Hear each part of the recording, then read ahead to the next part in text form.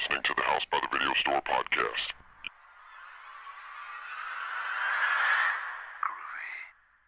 There's no more room in hell.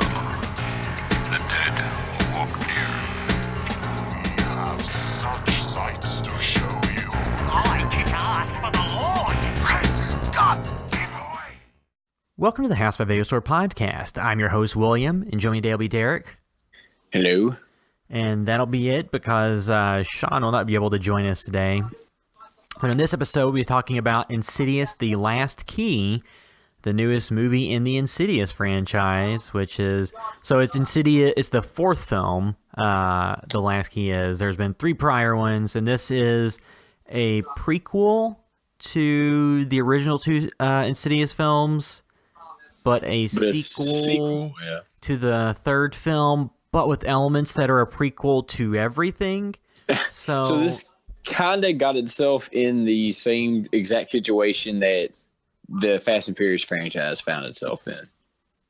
yeah, it's one of those odd things where you have a series where the entries all kind of jump around the timeline, but it doesn't really matter too much since these films, like, I think you could go into any of them without having seen, well, the second one, I think you had to have seen the first one. Yeah. The third one, you don't necessarily have to have seen the others for it to make a lot of sense. And this fourth one, I don't think you necessarily have to have seen. I mean, I guess you could technically, if you wanted to, watch The Last Key first, and then the first 2, and then the third one? No, you would watch this one first, then you'd watch the third one second, and then you'd go back to watch the third one, and then the second one. Because that would be in chronological order. Yeah. The way the storyline. But I think this kind of is like similar thing to Fast and Furious, where you have a really good character, and they killed that character off, but the character was so popular, or something just worked with it so well that they kind of had to do a couple movies centered around that character, which is what they did with this. You know, Lynn Shay, everybody, I guess, was either really popular due to the film, somebody liked her a lot, or maybe just, I don't know, something, they liked her character enough to go and make 2 movies in that franchise centered around her, which I think they kind of worked themselves into a box, you know? Yeah, so we'll discuss Insidious: The Last Key more here in a second, but before that, we'll just briefly go through some things we've been watching, just to, possibly recommend some things or to discuss some things. So, Derek, I know both of us watched the 2 newest episodes of The X-Files, so we're recording this on January 15th because of the way the timing worked out. So we watched the first 2 episodes of the 11th season of The X-Files, and I think if I remember correctly, in our chat, you had said when you watched the first episode, we won't be spoiling anything really. No, I won't spoil anything. You remember you saying the first episode not good? Yeah, it was just kind of boring, really. And because the thing is like, if anybody who's listening who's watched X-Files, it's like, to me, that episode is just a rehash of so many things that's went on through all the seasons and movies that they've done that it didn't really do anything new. It's like, life, earth-ending stuff that's just been, I guess that's part of the main story, right? The main story arc, sort of. Yeah. So, because the X-Files has always been kind of broken up into the myth arc stuff, so the stuff about the alien conspiracy, and the Monster of the Week episodes, which are, as it sounds, just a different monster that pops up in different episodes. That you could really, if you went back to the original series, you could really watch most of those without having seen the rest of the series and be okay. Because they're just kind of like self-contained movies that sometimes will acknowledge different character developments that have happened with Mulder and Scully. But for the most part, you can just kind of watch, and it doesn't really require too much knowledge about the rest of the show. But so far, the new episodes have kind of been tied into the story. And the first one I thought was just really bad. Well, it just, honestly, to me, it felt kind of pointless, like it just was kind of boring. And well, compared to the way the prior season 10 ended, the way this one started, it just makes me wish the direction they had went for the show would have been to just, when they brought it back for the 10th season, in the first 2 episodes just come up for some reason to explain away the alien conspiracy stuff and kind of end it, and then just let it be disconnected Monster of the Week episodes. Yeah. Because I think that, and then there could have been an overarching plot that had more to do with like the modern like surveillance state or something like that. But the alien stuff has just become, I mean, I know that's a big part of the series, and a lot of people only like those and hate the Monster of the Week episodes, but to me at this point, it's so convoluted. Yeah, it's like it's been going on for so long, and they've had movies about it. It's like, I'm kind of like you. I think I would much, or the second episode is I actually, if they did more stuff like that, which kind of goes into, like you said, modern surveillance and all those things, like the what it tackled in the second episode was more of an interesting thing, kind of like always living forever through the internet or whatever.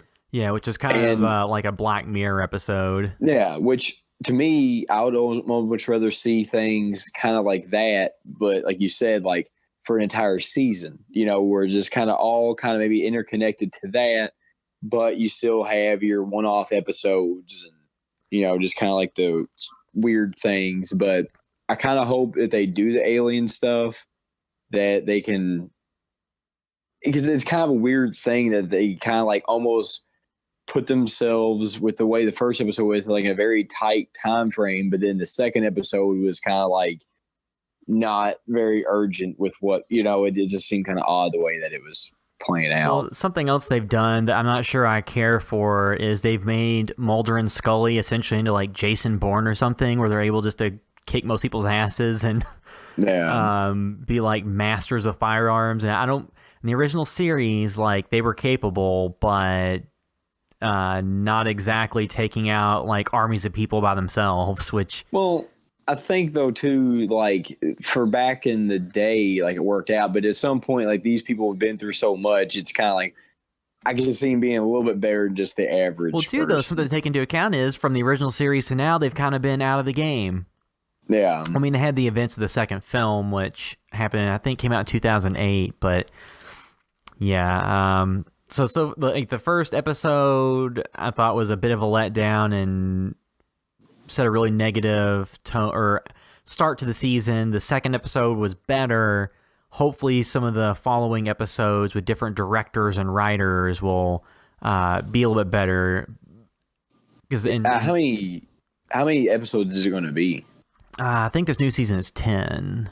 10. Oh, so it's not. It's kind of like the last season, where it's more of a limited release or a limited season. Yeah, because I know like Gillian Anderson, that is Scully, is not coming as back. Of right, yeah.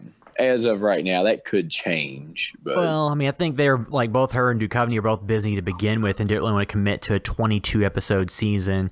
And the new season is just 10 episodes. So it's 2 mythology episodes and 8 standalones. That's interesting. So I'd assume there'll be another mythology episode that comes in at the end. But yeah, so hopefully, like from what I've heard, there's good episodes after, like throughout. So hopefully there's some strong episodes in like the middle of the season towards the end. And then I guess the last episode will be the one that wraps up all the mythology stuff. So we'll see how that goes. I'll say like each episode's gonna have a little bit of the overarching mythology, but maybe just the first and last episode will be the only ones that really focus on it. Yeah, so we will see how that goes. Then just briefly, too, before I get into the movie, so I've watched, since it's on Netflix, the Death Note anime, because we reviewed the movie that came out back whenever it launched on Netflix back in the summer, I believe in August or September. And I know none of us had watched the anime or read the mangas or seen the live-action movies before seeing the Netflix one, right? Yeah, I had not. Yeah, I know Sean hadn't either. So the anime, like I see where a lot of people said that the movie is a missed opportunity because in the Japanese anime and the manga and all that stuff, the character of Light, who's the main character, was like one of the smartest people in the world, kind of, and the Detective L and him was like a very much cat and mouse game where it played out over multiple episodes and all this stuff. And in the Netflix movie, it feels like they just glided over so much stuff in one movie. It felt kind of, cram-packed with stuff, with characters that weren't making all that well-informed decisions. Well, to me, it's like this is the only movie ever that kind of was made where they obviously just seemed like they didn't think they were going to get a sequel.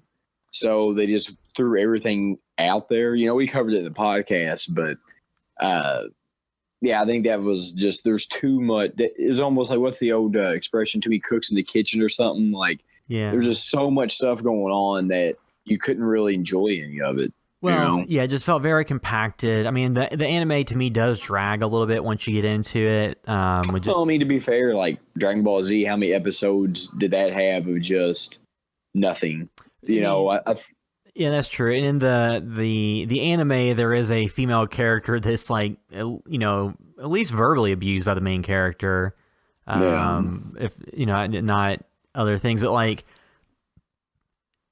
the anime does make me think that they missed an opportunity with the US version, because they didn't have to stick exactly to what the source material was, because oftentimes you make the best adaptation by just taking the best elements of it, and it just felt like they took the wrong parts for the US version. Or they did, the parts they took, maybe it wasn't necessarily that they took the wrong parts, they just didn't know how to handle it, or they just forced a lot of it. You know? Yeah, I mean, I just thought it was interesting to kind of watch the anime, because the episodes are short, so I've gotten through quite a few of them in not much time. So it's out there on Netflix if you want to check it out. But did you watch anything before you get into? Yeah, the only thing I watch a lot of different stuff, but the only thing I really want to kind of talk about just real quickly is I rewatched, because I had the Super Nintendo Classic and I was playing Street Fighter, so I decided, you know, I want to go back and revisit the Street Fighter film, because like that's one of those movies that people always kind of, you know, it's just a really bad 90s movie, or you know, it's always like in the worst list of 90s movies or action, you know, whatever. And so I was kind of revisit to see how bad it really was. You know, is it worse than Mortal Kombat? Which I think at the end of the day, like Mortal Kombat is not a bad movie. You know, it's very much just the only real issues I think we have with it is the way they handled Scorpion and Sub-Zero. If you just corrected that, then we probably wouldn't really have that much of a problem with it. You know, I don't know. I mean, but I went back and watched Street Fighter, and me and you kind of talked about this just through messaging and stuff. But it's like, I think the biggest problem with Street Fighter is that the game. Now, somebody might correct me if I'm wrong, but as far as if you go and play Street Fighter 2, there's no story to it, you know. Yeah, there's really not an attempt to paint story into it in the way that there is in Mortal Kombat. Yeah, because like in Mortal Kombat, like when you beat the game is when you get like, and, you know, and if you had the original, like, because I always had Sega when you both had Segas. When you're younger, you might have the, you know, this happened a lot, and it still does, I guess, occasionally. You'll get like the booklet inside the game, and it'll have a little bit of expose about each character and their motives and stuff, kind of similar to Mortal Kombat, you know. Yeah. But at the end of Mortal Kombat is where you got like why they were doing what they were doing and all of this stuff. But like Street Fighter, there's a couple things I think that movie deserves credit for. And one, for its time, which is something that Marvel has had problems, and not just Marvel, but a lot of other companies have had problems doing things, you know, currently, is having a kind of like a multi-denominational cast or whitewashing people in the film. With one thing I think is interesting about Street Fighter is like almost every character all the characters that were ethnic maintains their ethnicity. You know, like Ryu was an Asian actor. Chun-Li was an Asian. They didn't put any white people in there, just any famous white person just in any role to get it, you know. Well, they did put Jean-Claude Van Damme as an American. Well, which is what I don't really necessarily have him being an issue with him being in the American. What would have made more sense to me is if, since he's I know like Gao, who he played, is also a martial artist. It honestly, to me, would have made more sense to make him Ken in the movie and focus more around Ryu and Ken than Guile. Because I don't really know if Guile is anybody's favorite character in that franchise, you know? I'm sure that there's somebody whose favorite characters because of the way he plays in the game or something, but yeah. I mean, but like I don't care. I mean, it is funny. Like, you take the role that's for the white American, and you have somebody in the role that doesn't have an American accent, that doesn't even attempt to really do one.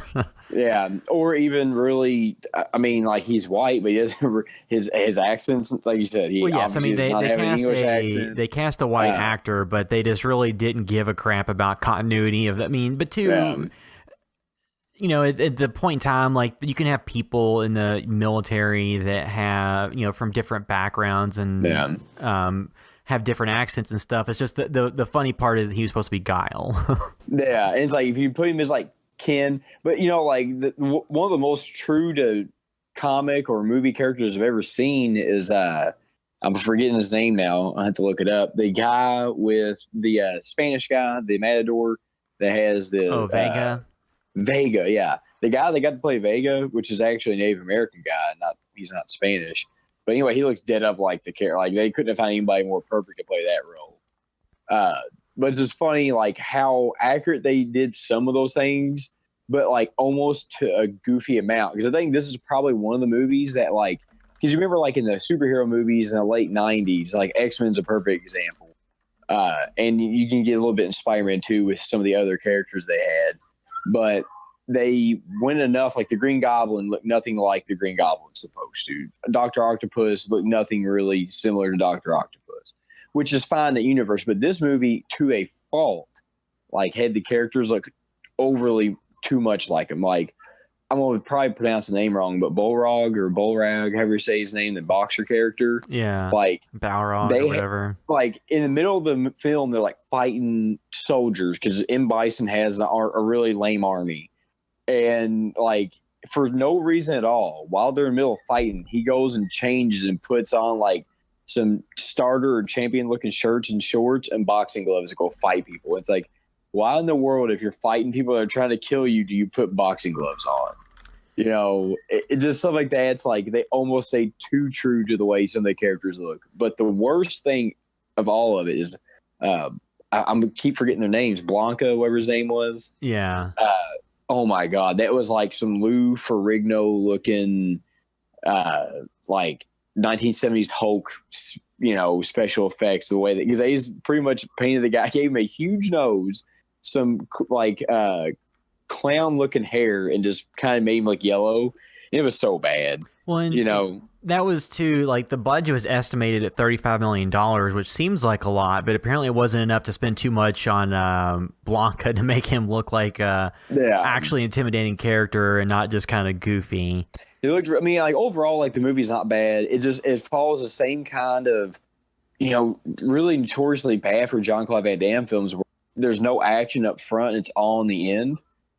And that happened with a lot of his movies, like Kickboxer. And there's so many of the other ones where, like, nothing really happens for maybe, I want to say like 75% of the movie. Like 75% of the movie just like exposition and storytelling, where the last, 25% of the movie is all the action. That's how this one fell. But the actor that played M. Bison, which is the guy that played the dad in the Addams Family. Raul Julia. Yeah, he was great in it. Because it was his last role he got to do, unfortunately, and I think he only took the role because his kids only do it, but he knew what it was and he hammed the hell out. But it was like good hamming it up. Well, like the speech about it was a Tuesday or whatever. Like, yeah, that was great. Yeah, like he's like, for you that was the most important day of your life, but for me it was Tuesday. Like, it's brilliant. Like he knew what he was doing, and it seemed like even if he didn't really know the source material, which I said there really wasn't a whole lot there. He just gave everything he had to it, and it made it really enjoyable, So it kind of sucks that's really the last role that he got to do, because he did such a good job. But it's just funny watching that movie and seeing, like, how that was kind of before the current era, way before the current era of good movies. So they went all the way in some aspects with, like, the way some of the characters looked, and then they pulled back on a lot of other stuff. But it's just funny watching those movies because I was expecting this to be unwatchable and it wasn't. But it's really nice to see the evolution of movies from then to now. Because if they made something like that nowadays with the right production company or whoever, it'd actually probably be a decent movie.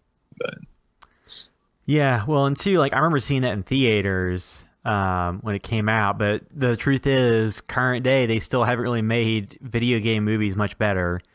No, I mean, I'm trying to think if there's. I mean, like Silent Hill is probably one we should cover if we haven't, because that one actually is what I would consider an enjoyable video game movie. Not that I'm super knowledgeable about the storylines of the games, because I've never actually really played one. I've played them. I've never beaten one.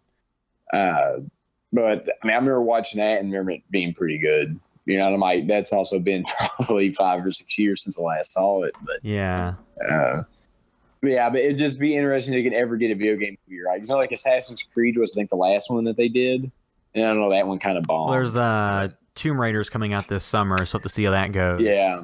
Which Tomb Raider is like the one you would think that they could get right the most. Because it's just kind of like Indiana Jones, but with a girl. Yeah, make an Indiana Jones film with a female lead, and there you go.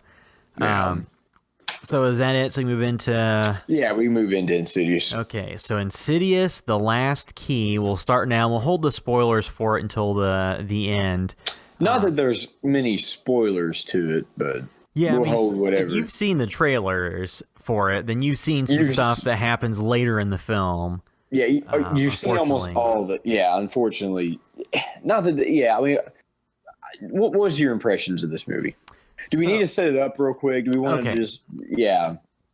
Well, I guess... So the description from IMDb says parapsychologist Dr. Elise Rainier faces her most fearsome and personal haunting yet in her own family home.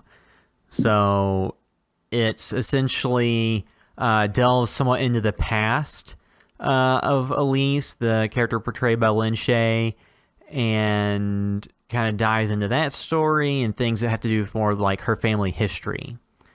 And that's kind of what the overall plot covers. And it's not like, so the Insidious, the third one, what was it called? Ah, crap. I don't even remember. It was just chapter 3. It was just chapter 3. Yeah. That was just a random haunting that she got involved with. And this one was more of tying the mythology back to her and her family.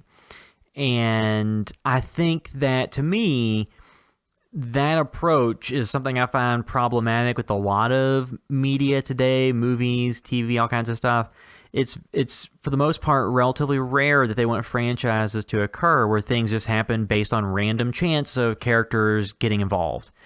They prefer to have things where there's a mythology where characters are almost a chosen one, or there's more things that tie them into this narrative, and it has to do with family members and reveals and things like that. It can't just be, randomly this person is involved.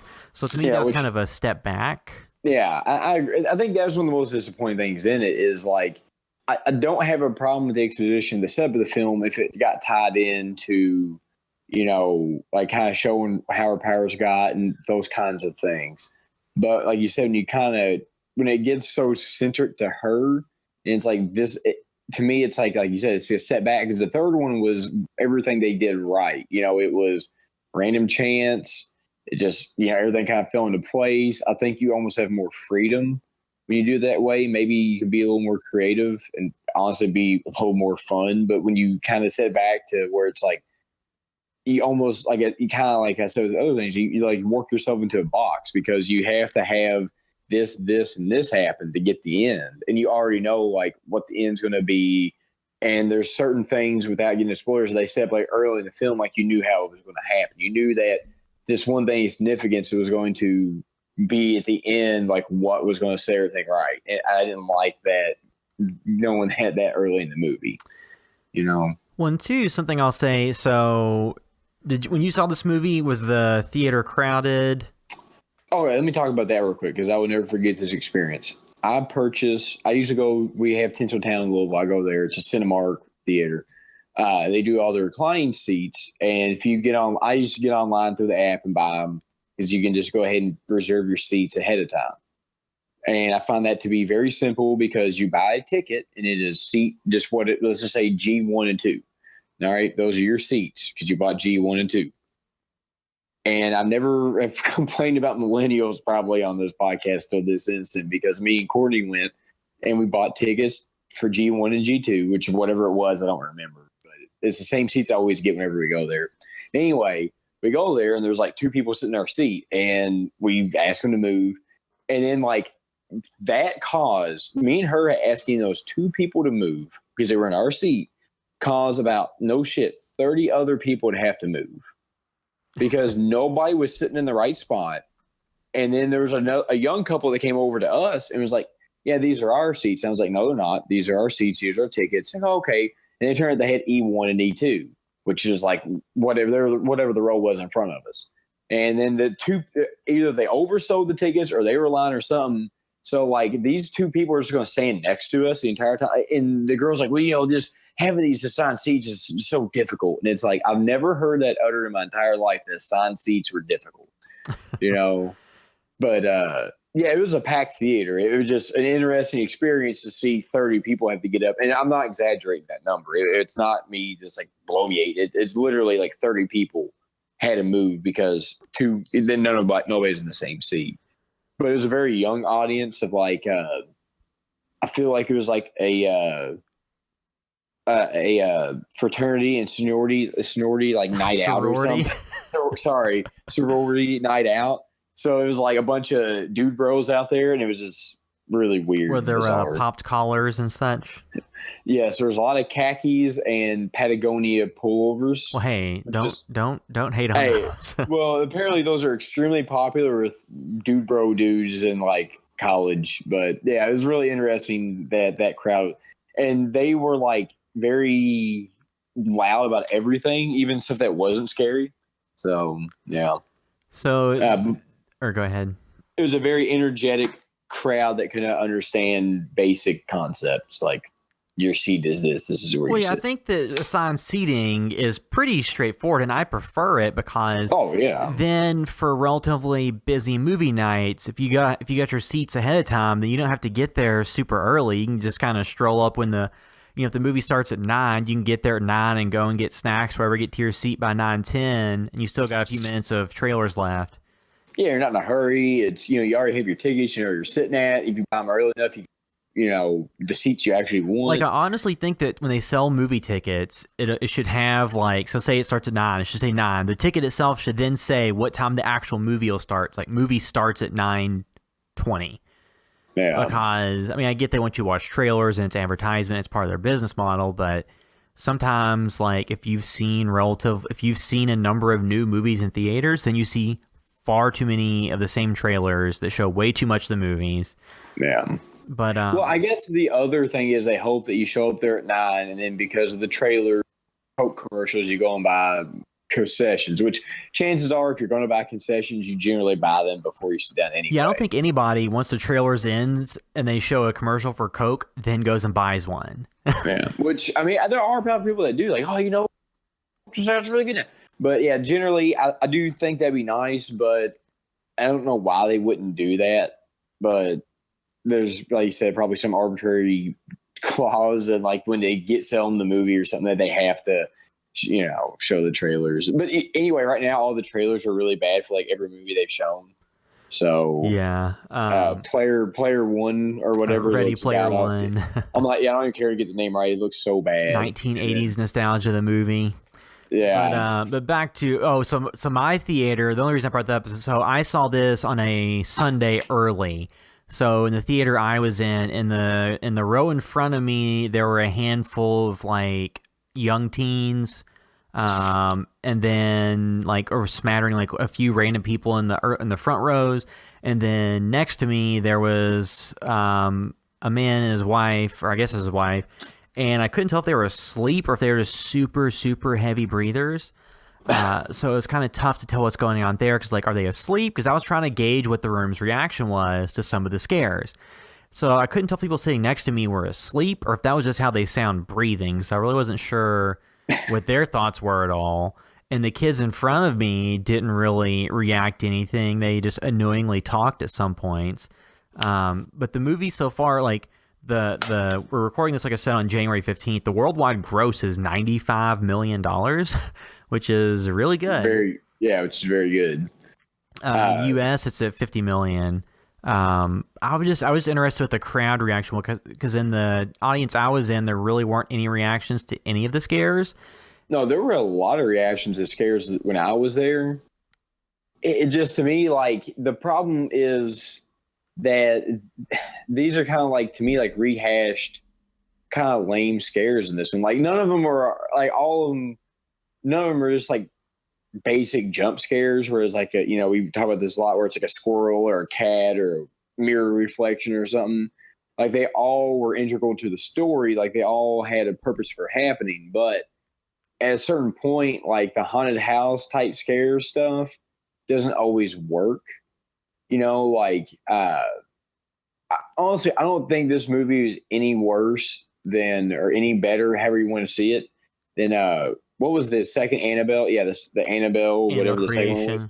Yeah, I really think this is pretty on par with Annabelle Creation as far as scares and stuff. And I think Annabelle Creation got a better Rotten Tomatoes score. I don't really know why, because I watch them and the stories weren't any better or worse than each other.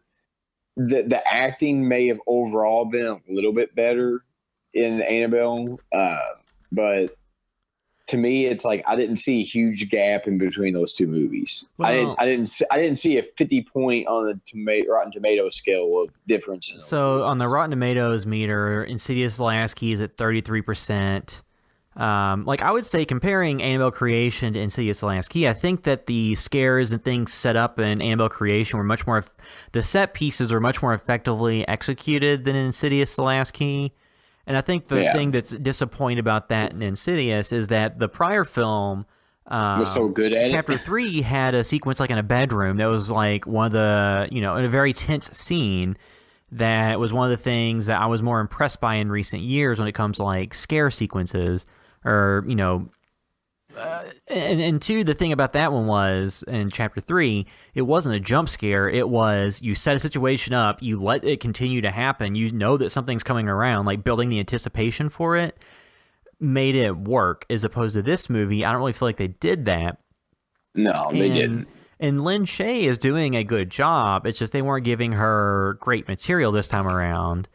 Well, she did a good job. It's like you said, that just, you gave her a team with no players on it. Like, she was just pretty much, for the most part, kind of there by her.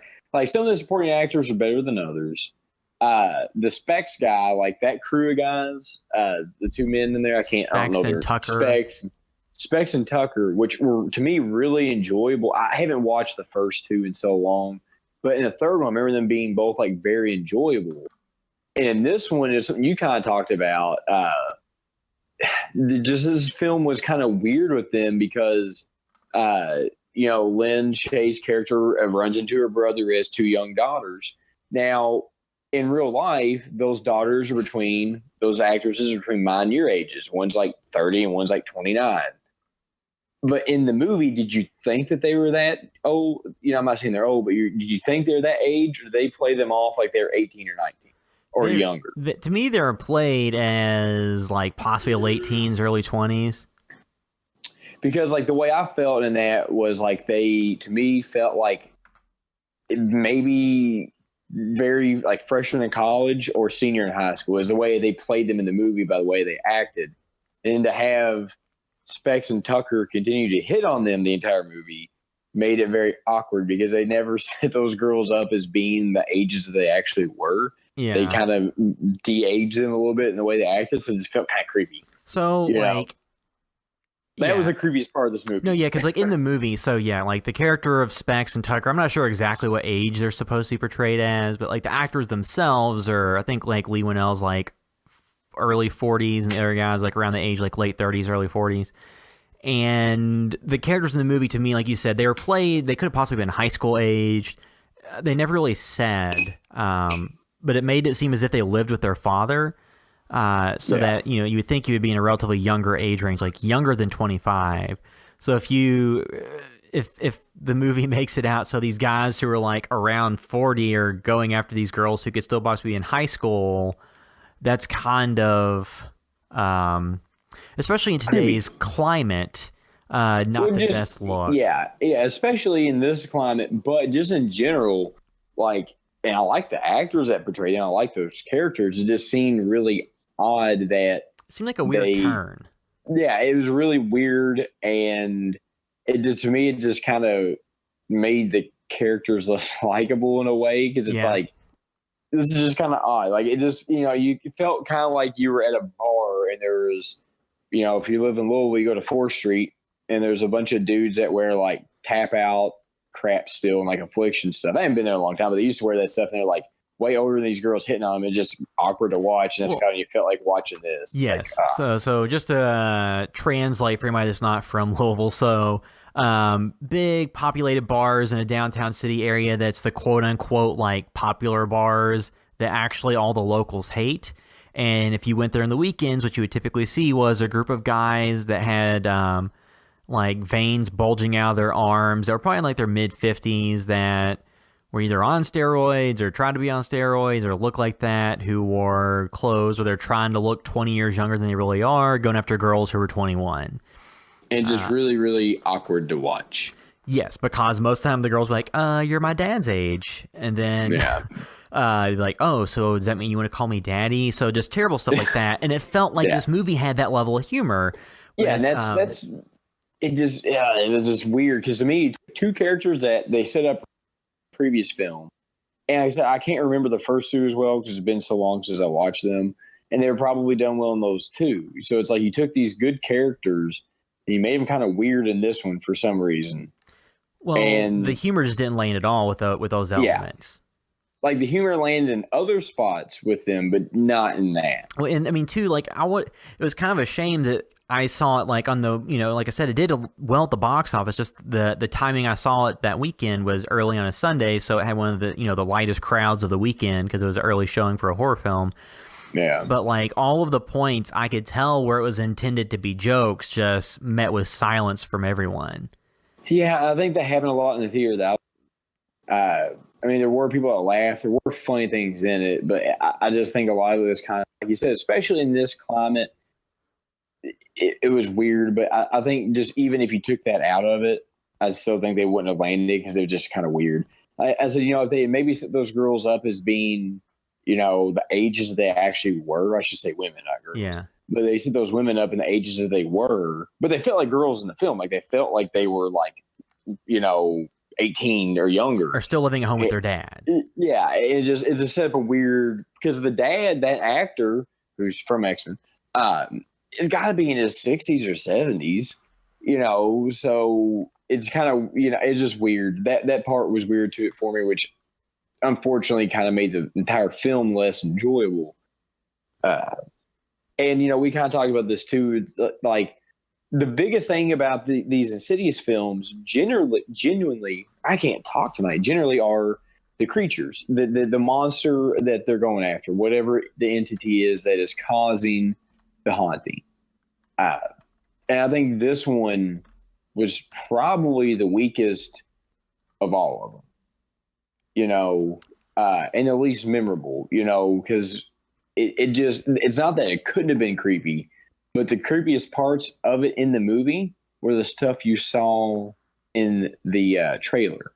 So you didn't get anything new from him or her, whatever the character is, the entity, from the actual movies. You saw the creepiest stuff in the trailer. So I found that to be really disappointing. Well, yeah, I mean, when you compare this film to the prior film, so, the first film, you had kind of the red demon and the old woman, and then the second one, you kind of had the old woman, and then the third one, you had the kind of creature that was in that one. And in this one, the one with the keys wasn't as memorable, and, like, it's all, I mean, the movie's called The Last Key, so there's something to do with the key. The poster shows, like, a hand with a key in it, or a finger that's a key. And it's just like, it wasn't clear necessarily like what his abilities were or what, the real end goal was. And that's fine because a mysterious demon, you don't have to know exactly what their limits and powers are, because I guess that can make it scary. But knowing that, this is a prequel to other films, Lynn Shay was really not, or, Elise really wasn't any type of real danger because you knew she was in a film that followed that. So it was mostly just about, her reconnecting with their family and stuff. And two, it felt like, like most of the movies did spend most of their time in a single location. Like the budgets did grow from the initial film, the first Insidious, because that was kind of like a low budget relaunch of James Wan's career that kind of set off all the success he's had since. These later films have had budgets that are still moderate, like $10 million or less, but they are more than the original film had to work with, but they still end up mostly taking place in one location. Yeah. And this one does the same, and just that single location, it just, none of it really landed or felt super dangerous or scary. Well, something else that they could have done, this is semi-spoilers, but whatever at this point. The reason why she goes back to her childhood home is because there's a new owner and crazy stuff starts happening. Weird stuff starts happening. So she bites the bullet and goes back home. No pun intended for what happens later in the story. But anyway, she goes back home. And the guy was telling her all this stuff that happens. And then something I wish they'd explored more is kind of a throwaway line. He's like, I threw my entire life savings into this. Help me out. So they could have went through it from an interesting perspective of like a middle-class guy who bought something who's going to lose everything if they don't fix it, and then kind of tackle that. And that was never really even approached because of where the story went. And that's something I feel like is a missed opportunity a lot of times. It's like, I think it would be kind of interesting to see, like, the kind of financial struggles somebody would go through with something like this, Well, I mean, there's been other movies that's kind of touched on that, because a lot of times in these haunted house films, are always like, oh, we put our life savings in it, and we can't afford to move. But again, it's never something that's really, because they always end up moving, like Poltergeist, they move. What I'm saying? Like, none of them ever really, not that they had a choice in the Poltergeist because the house gets sucked into the ground, or whatever happens to it. But it's like you always have that, but they always move. So it'd be kind of interesting to see that storyline as a focus from the beginning to end, and whatever. But that was something that kind of got thrown out really quick. But to me, I just go back to the biggest disappointment of the film is that the other ones, regardless how you feel about them, like the monsters were so good. Like the man who couldn't breathe, which probably in my opinion was the best monster or demon they had throughout the franchise. But this one, like the Keymaster or whatever he is, not that he wasn't a decent, creepy looking character, because he was, just the way that it was utilized just didn't work. It just seems like I don't really know what they were doing with a lot of the scares, because they had one scene with one of the girls in the basement, which you see in the trailer. Then really outside that, it just more or less is kind of like haunted house stuff, like, so, there's a noise, there's a shadow, that's really about it. Yeah, so I think just like the big thing is, like you said, the movie doesn't have any super cheap jump scares where there's a cat somewhere, or somebody pushes the medicine cabinet mirror in the bathroom, and then there's somebody in the mirror. Like, they didn't do stuff like that, but they also didn't, to me, set up any genuine scares or moments of tension or anything like that. Because like I said, the third film had a moment that really did, when I was watching it, get the pulse racing and got me invested in it. And this movie really didn't do that. Yeah, because like with the third movie, since the focal point of the movie was not Lynn Shay, it was the girl that was being haunted. All the tension was on her. Yeah. So you don't know what was going to go on with her. She could die in that movie or never be another one. So the tension was on her. Whereas this shifted all of it back to Lynn Shay's character, which, like you said, that she's going to be in another film because this is set obviously before that happens. And this one, it was more of a direct tie-in to the first one than any of the other ones. So there's really no tension because that she's going to make it out. Like, there's no way she doesn't, that she actually has to. Yeah, I mean, I guess the only tension comes that you don't know what's going to happen to her family, but the problem is, like, they're underdeveloped. Yeah, there's not much there. So beyond just people seeming to be decent people, and with, like, the younger female characters being, like, young and cute, there's really not much that makes you kind of sit there and be invested in their fate. Yeah. So no, there's not. And I kind of wonder, too, if And I don't know what they're going to do with the Insidious franchise because I'm going to assume it's going to break 100 million on a relatively low budget. So I think it's probably safe to say they're going to make another one. I don't see how they don't. Unless it just. I wonder if they do a fifth one, if they would go to, I guess, be Lin Shaye's niece in the movie. Was similar to her in powers. I wonder if they're going to maybe pass the torch to her. And then, and this isn't spoilers if you watch the Insidious franchises, Lin Shaye characters dies. But I wonder if they could pass the torch to the niece and then have her kind of work in the other world with her or something. I don't know what they would do. But. Yeah, or maybe they could up the pay scale and bring back Patrick Wilson and Rose Byrne for another movie or something. I mean, yeah. I know Jason Blum, too, in interviews had, I don't know how serious the comments were, but it mentioned, like, somebody said, oh, what about Insidious and Sinister crossing over at some point? And he's like, that could happen. But just like they box themselves in because, these movies take place on somewhat of a finite timeline with, like, the events of the first two films. So it'd be interesting to see what they do with further entries. I guess we can give a score, then move into, like, the full spoiler discussion. So if you had to give this movie a score out of 10, where would you put this one at? It's like a 5. I mean, it's not. Rotten Tomatoes a percent. I think IMDb is probably around like a 3 out of 10 too. Probably. So the user score on IMDb is 5.9 out of 10, and the Rotten Tomatoes is 33%. Not that those numbers mean much because a lot of movies, especially horror movies, seem to get more roundly dismissed by... Yeah, I mean, unless you're something like Get Out, which is critically acclaimed, generally most horror movies get, even if they're good, they get a 50. The source material and what it is. But I think it's very fair to give this a 5 out of 10. I think if the other one wasn't so good, if Chapter 3... because that was our film of the year for 2016, right? I think that was our biggest surprise or something. No, I think it was the film of the year for 2016. No, it came out 2015. It might have been in 2015. I think we gave it to It Follows. Oh, maybe we did. I can't remember. All I know is it was one of the movies we were really high on in 2015.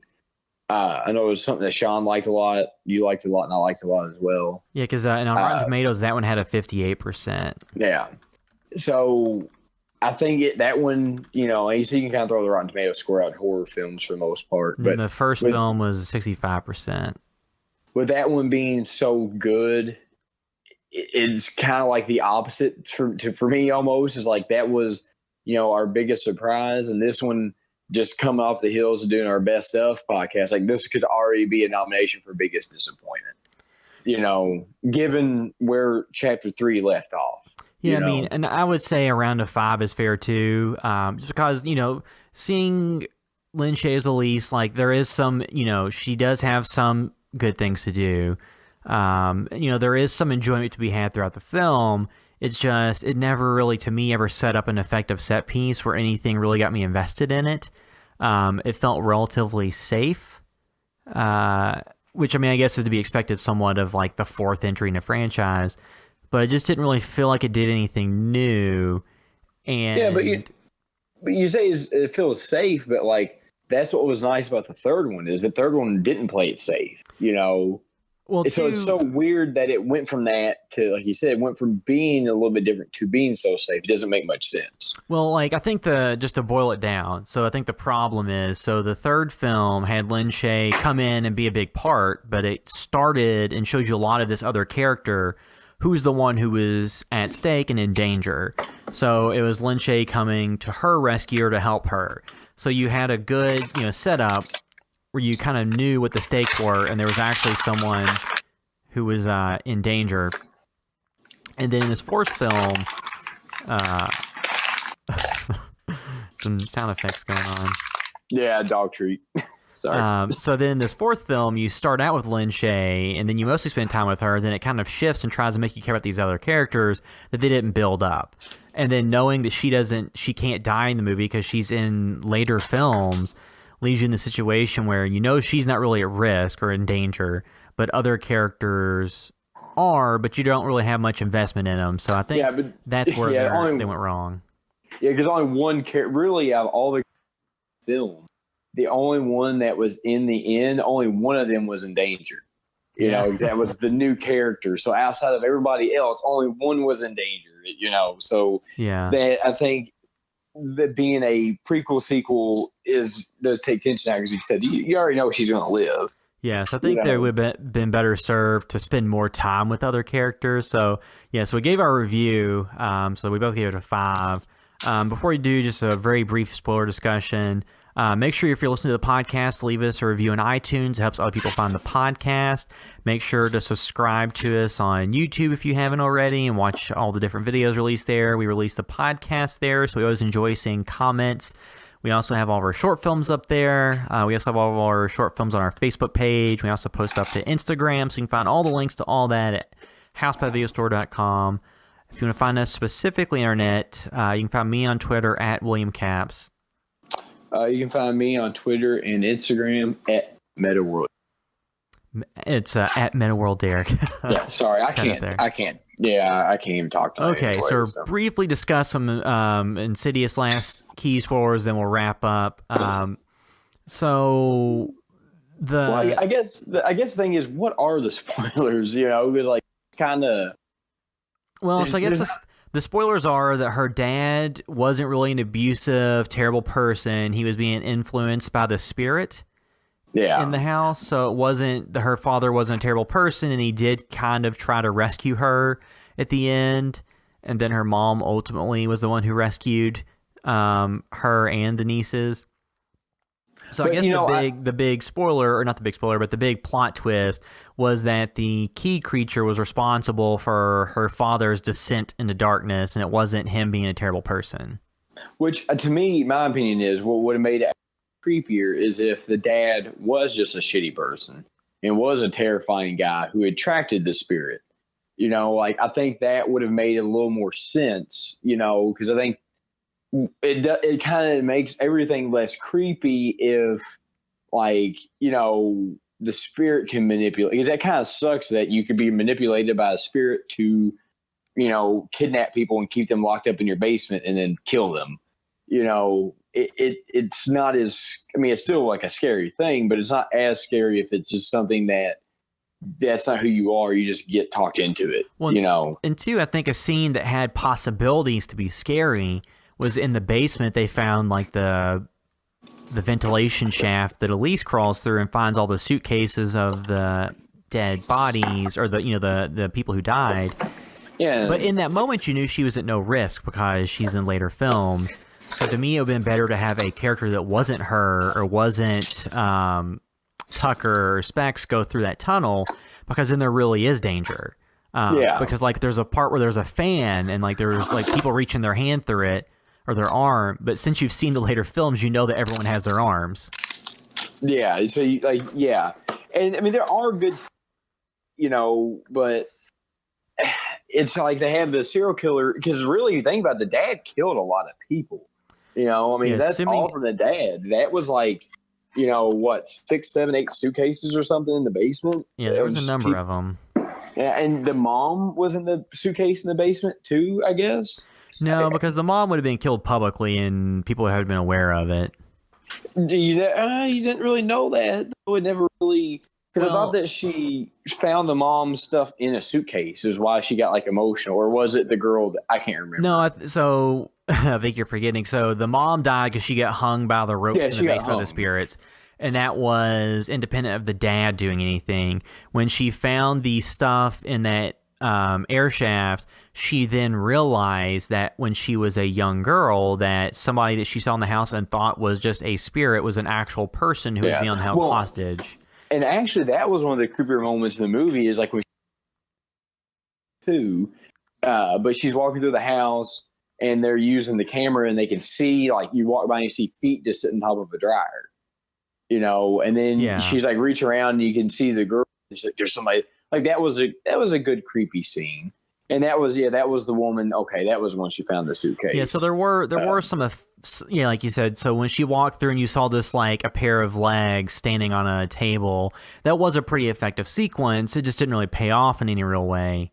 No, because this was almost really kind of like Sixth Sense meets I don't know, something else, because like the way the story went is like it all drove for that woman kind of is what, got it started. But yeah, because a lot of the spirits that she saw were not evil. They were just trying to help the current girl that had been kidnapped and point to what the truth was.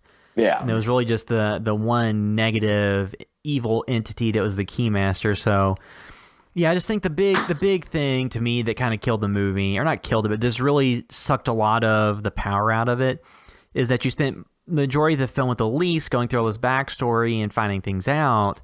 And then the only characters who are really at risk are her nieces, who you barely know nothing about. So there's not much reason to be invested in those characters. And like I said, the only real thing that they're, I guess, counting on people to care about is from their initial appearances, they seem to be nice people and they're attractive. And the Specs and Tucker guys are like all after them and talk about how beautiful they are and stuff. But like, yeah, just having characters that seem nice, that's really not enough to make you be invested. No, for all you know, when they're not off camera, they could be terrible people. Yeah, and something else, and I talked about this earlier when we were doing the podcast, is like what kind of spoiled the movie for me is like the mom and the whistle and the mom, because the mom's like, if you blow the whistle, I'll come, and that at the end of the movie, you start realizing that the whistle was a focal point. And then, of course, that statement came true because she blew the whistle and the mom comes in and saves the day. But I think what would have made more sense to me is if the haunting inadvertently was on her family, not at the house that she grew up in. And she did not know that's who they were until later on. And that way it made it a little bit more emotional. But that way the haunting was centered around the nieces and stuff, and that way you actually had some type of investment in them. So when they had to go into the further, you cared what happened to them. Well, too, it does feel like, for the most part, the elements of the further kind of been ignored in these later films compared to the first ones. Yeah.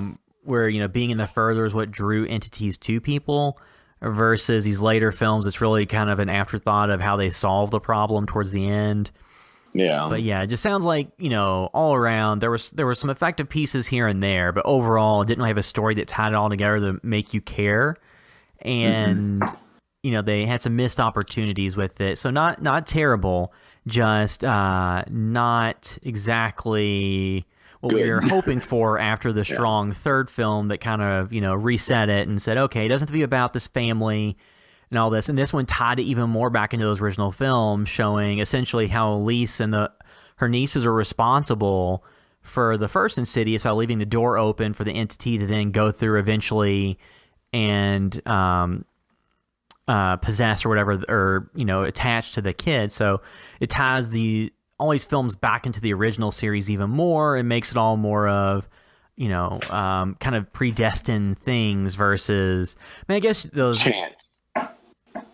Yeah, I guess it's okay that they tied these films back into the original ones, but it just feels like they could have done something a little bit different. And it does make you wonder, like, if they were to make another film in this franchise, like, where they would go, because they're now back.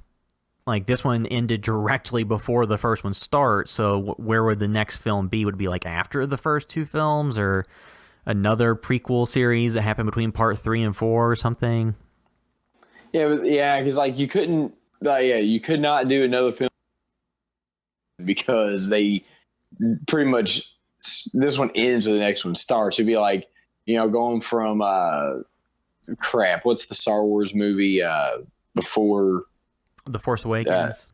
No, The Force Awakens, the one that before New Hope. It'd be like having a movie in between Rogue One and A New Hope, when there's no way you can do that because they literally end where the other one starts. I don't know what they're going to do. I don't see any way that they break $100 million on it and they make decent money. They're not going to go after another one because they don't have that much money in this film So it's like you don't have a huge budget in it, and it's pretty successful. Yeah, if you can spend $10 million to make it, 20 to market it, so you spend $30 million all in. If you can make, over 100, so clear 70 plus million profit, and have DVD and Blu-ray sales and all that stuff, like there will definitely be more in this franchise. Yeah, but like you said, I don't know where they go. I don't know what they do from here. I said maybe logically it would make sense to have the niece in this movie to step in because she has the same abilities. And that's kind of what I thought as soon as I saw it. I was like, oh, okay, this will probably be where they go if they make a sequel to it. They have to go after the second one, and maybe there's a way where Elise can still be in the further and they can use her, because I don't see them wanting to get away from her either, as long as she wants to do it. Yeah, I mean, I see as long as Lynn Shay's willing to do it, they probably want her, but... And, think about this. If you're Lynn Shay, if you told her that her biggest role, would be when she's in her 70s in a horror franchise, because now, granted, Star Wars had been out a couple weeks when this came out, and Jumanji had been out for a week or two, but it still came in, second or third in the box office against Star Wars and Jumanji.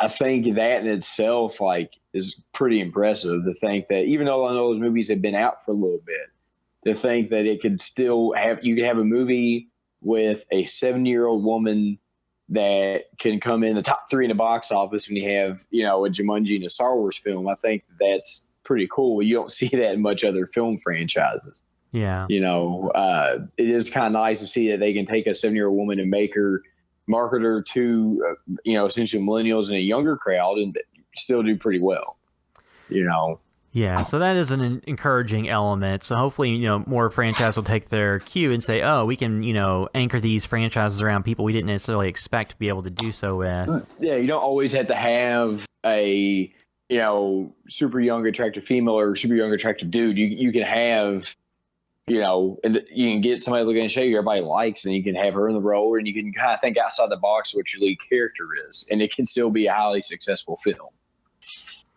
with a very good character. Yep, so I think that'll wrap up our discussion of Insidious: The Last Key. So that will bring this episode of the House by Vegasor podcast to a close. Thanks for listening.